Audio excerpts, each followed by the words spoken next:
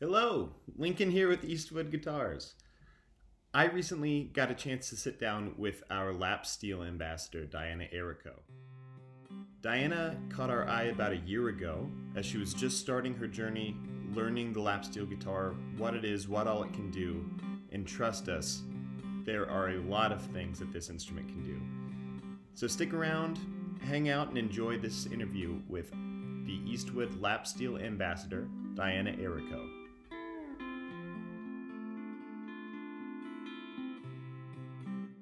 But the lap steel isn't something that most people would think of as like a very popular instrument. You don't see Yep. but it's an old instrument with like a long history and a really important history for electric guitar. What kind of brought you to it? It was pretty much the fact that I didn't really see anybody playing it. Um, I really wanted to play the pedal steel guitar, Hmm. and due to the learning curve and the investment with that, and I've heard it's so difficult to be good at, I didn't want to go and just jump into that. So I thought the lap steel might be a good way to start out. So I found a real cheap lap steel and I fell in love with it. And then about a month later, I bought my first Eastwood because I Oh. needed an upgrade. So I've been a fan since I started, basically. Very cool. So yeah, from the pedal steel, it's a Mhm. big, heavy instrument with lots of bells and whistles, hard to maintain, hard to get around from place to place.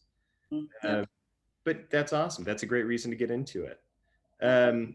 Did you have any specific musical influence that brought you into it? Did country or Hawaiian music? Was there anything Not that jumped out at you?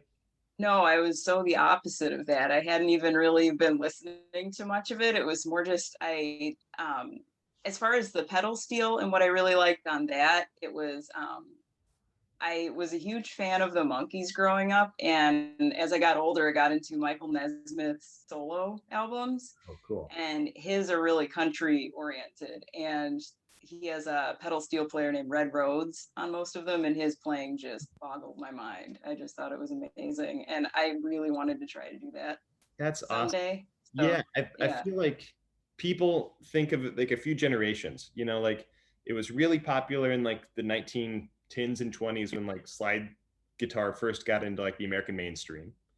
Then like the Mhm. 50s with Hank Williams and the 70s. The 70s I think was of the third of those periods with Yep. like the Birds and the Eagles and a lot of people using slide guitar or lap steel that maybe thought of it as kind of a bygone era, but it kind of had a resurgence then. Yeah, and it's one of those things that now that I've been playing it more and like focusing on it more, I can pick it out when I listen to old songs again. Like you said, the birds, like there was like this one part, like, how have I never noticed this before? Now it's just like now that's all I can hear, and it's just like, and I'll just pick it out and focus on it.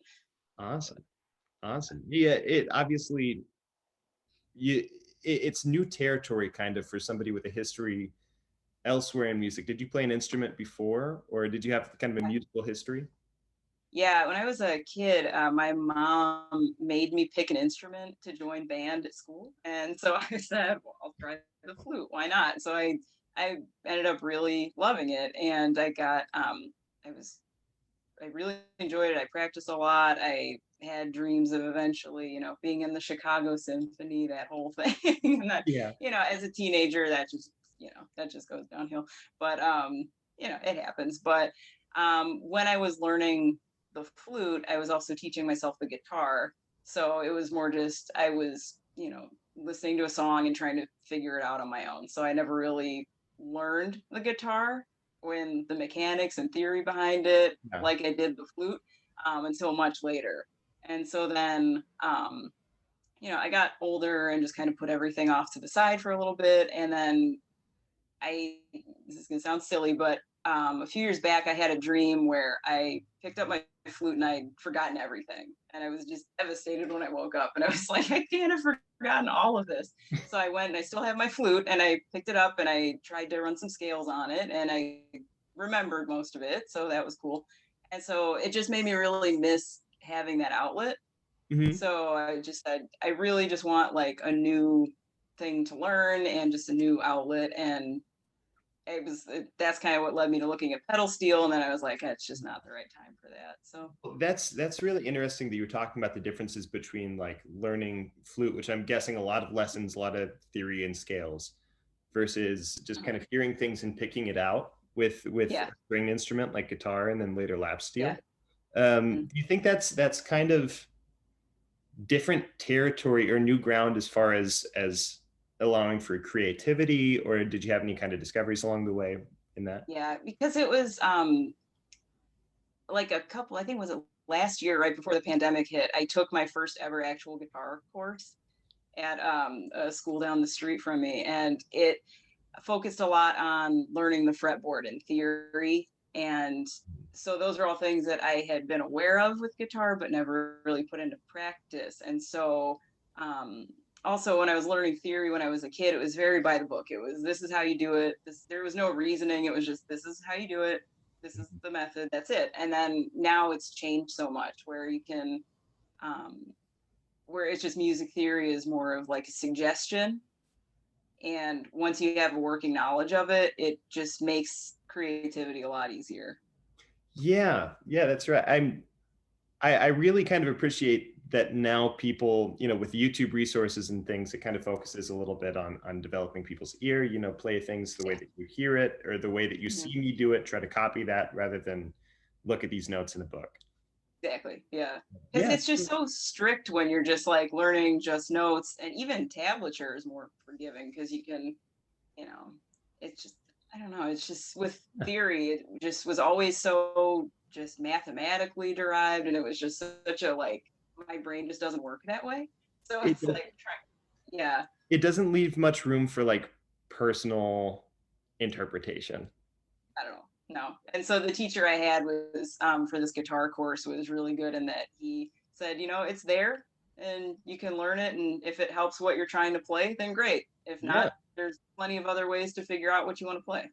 So that's that awesome. was really, that was really just like, wow, you can actually do that. Like, that's so cool. Like, it's come such a long way since I was a kid. Yeah. Yeah, speaking of that kind of personal expression, I mean, in your videos, we've seen a lot of just how beautiful the lap steel can be when you do have that kind of fluidity to move. You Thank you. you can control the speed at which you slide from one note to the other. There's so much more nuance to it than that. Um, but I've also seen you use really cool effects. Yeah. Are those pedal effects or kind of just amp effects? Usually, usually, yeah. My amp has some really basic effects built in, and so sometimes I'll just mess around with those. But I like the specifics I can get with my pedals. But that was another thing with the lap steel was I don't know, it just like it just felt like it could be used in so many other ways than just being traditionally Hawaiian or traditionally country, which I love those, and it's Yeah. nice to be able to know how to play those. But that's not what I was creating when I was Uh-huh. thinking of songs and melodies. So I just would like, when I started playing the lap steel, I was like, oh, this would sound really cool with a reverse delay, or oh, this with like really heavy reverb, or just like, let's try it out and see what I can come up with. And then, I got Yeah. a looper, and that like changed the game for me. So it was just like, just trying to come up with all sorts of things that I hadn't heard before. Yeah, you've done a really cool video of doing sleepwalk, like what I think Yes, thank you. most people will think of first when they think of lap steel. But then you've also Yeah. Mhm. posted originals, you've posted your own takes on things, especially with the effects and the reverse delay that you mentioned. Yeah. There's so much room for cool ambient effect. Yes, Like absolutely. it's almost theremin-esque that you could, depending on how you use it, be an Mhm. instrument or kind of a tool for Exactly. soundscapes, whole soundscapes. Yep.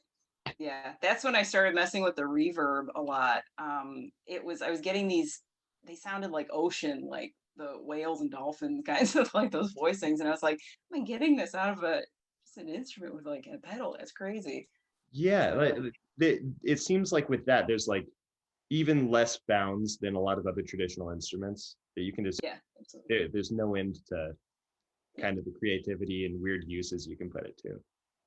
And just the fact that it's one of those things that you're not seeing all the time either. So like, I mean, reverse delay on a guitar, on a regular guitar, it's, you kind of know what to expect, and it's Sure. just, it's a totally different beast. I mean, as far as learning the lap steel, it's completely different than the regular guitar too. So it's like just taking those techniques and trying to, accommodate a sliding sound into a reverse delay and get the Yeah. timing right, so it doesn't sound all choppy and weird. And yeah, so it's a lot of just fooling around with it and trying to figure it all out as I go. Yeah, yeah. I mean, that's it's such a fun just exploration. You know, you're walking to a woods of a new instrument and seeing what you can find. Exactly. Um, Yeah. and even with that, with it being kind of a unique instrument, um, I mean, over the years, manufacturers have taken it different directions, kind of done some creative things. We had the idea several years ago. I forget exactly when we first put it out, but it's the Mando steel that Yes. Uh-huh. is Yeah, that. strung in an open mandolin tuning. It's got four doubled routes of strings, so 8 strings total. Um, it's weird in the coolest way. I've had so much fun just messing around. Yeah. Um, I love it. yeah, what have been your um, I don't know, your takeaways? You know, what does it lend itself to? Do you have a specific mood in mind when you play the Mando steel versus the regular lap steel? Not really so much a mood. I think it's the sound that I get from it is just so much more open. It's just a really like round, right, like it's just it's similar to the regular lap steel from you guys, but it's just totally, I don't know. It's hard to describe besides it being just like a lot fuller and just when I add the sustain on it too is Yeah, so much different. I guess translating it over to um, you know, the world of kind of more traditional hold Yeah. against you guitars, Mhm. it's the 12 string version of a lap steel. You know, it's the doubled pairs of strings. And there's a few songs, I'm not going to be able to think of the titles of them right now. Okay. I think a David Gilmour song Okay. starts out with a riff with a slide on a 12 string, and it was just such a out there Okay. sound. It had the chime of the 12 string, and still Mhm. kind of, you know, that swampy slide, and it's such a unique combination. That It instrument is is. just, I'm so glad that we did that instrument because it's such interesting ground, I think, to cover. It is. It's not something I ever thought that I would. Um, I don't know. I didn't think I was going to be any good at it because I never like played a. I never played a 12-string guitar. Like I'd only ever seen them, and I saw that, and so I played the mandolin occasionally, so I was Yeah. familiar with the picking, but like finger picking on a lap steel like that with the double strings, it's a learning curve. But it's like as far when you strum it, it's a totally different sound than when you're picking it. Yeah. So it's just it really leaves it open to a lot of possibility. Well, that's awesome. Yeah. Do you personally have a go-to lap steel as far as the Eastwood lap steel models? You know, we've got the lap steel Pro, which we just recently introduced with Yes. the original kind of Valco design string through pickup. I'm sure Rycooter fans will go crazy about it, Yep. um, and do some fun things with that.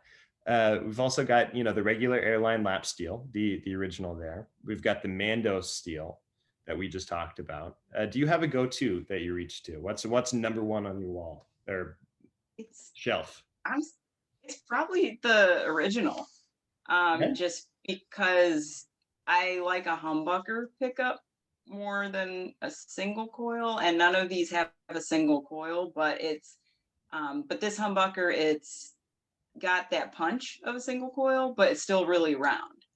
Gotcha. Yeah. So it's yeah, so that's what I go to more. I have the lap steel Pro too, Yeah. and that I'd never played a pickup like that, the string through, and so it was just like it was such a learning curve Yeah. because every time you hit with the steel, it picks up any ambient sound. So your muting has to be 100%, and Gotcha. it's like it has to be so in tune, or else it'll just pick it just right up. Yeah. So I do love that one too.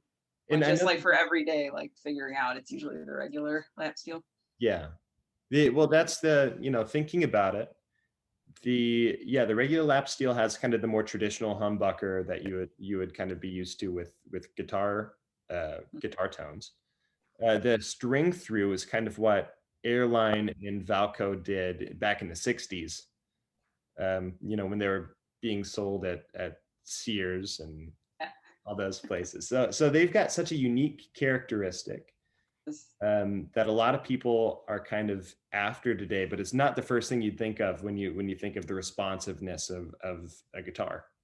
Yeah, and that one too, actually, I like playing that without any pedals or any effects, like maybe just a little reverb. But I feel like that one just, it doesn't need it. So it's like, it's just one of those things where it's like, I don't know. I really just like the way it sounds on its own. And if I want to throw some effects on, I usually use the other ones. Yeah, that makes sense. Okay, I think we've covered a lot of ground in terms of the lap steels, and I appreciate you coming and giving a little bit of insight. You know, we'd love to talk to you again down the road. You know, we'll keep watching your videos and reposting your videos because that is so much fun. By the way, for anyone watching, please go follow Dianna. Her Instagram account at Dianna Dianna.e.music on Instagram. So good and such a fun follow just to scroll through and see you over time on that. Thank you. Yeah. Eastwood has been great to deal with. Everyone has been fantastic and I love the gear. So I'll keep making the videos as long as people keep liking them. We're excited to keep working with you too. So just to kick it off, we'll end on a fun one.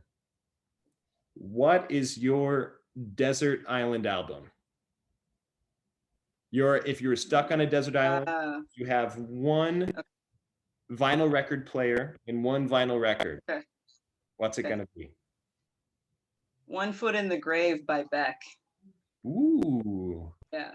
I was always very into his old folk stuff, and that's always been one of my favorites. And that's awesome. Yeah. You know, I look for daily albums to go through. That's going to be next on my playlist. That sounds it's such a good one. Yeah. Thank you so much, Dianna. I really appreciate it. Yeah. Thank you.